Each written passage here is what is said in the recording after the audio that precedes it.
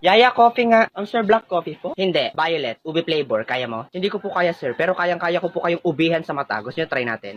Ah, talaga? Gusto mo sisantihin kita? Ito naman si sir eh. Ito na po kukuha na. Coffee dito! Sir, kape niyo po. Anong lasa niyan? Siyempre, lasang kape. Alam nga naman lasang milk tea. Alam kong lasang kape yan. Ang tinatanong ko, masarap ba yan? Bobo. Ah, talaga, bobo? Sino sa atin ang hindi nakapagtapos ng pag-aaral? At sino sa atin ang hindi man lang nakatungtong ng high school? Di ba ikaw? O ay sino ba sa atin ang amo? Di ba ako? Sino ang katulo? Di ba ikaw? O para saan pa yung pag-aaral mo? Sus!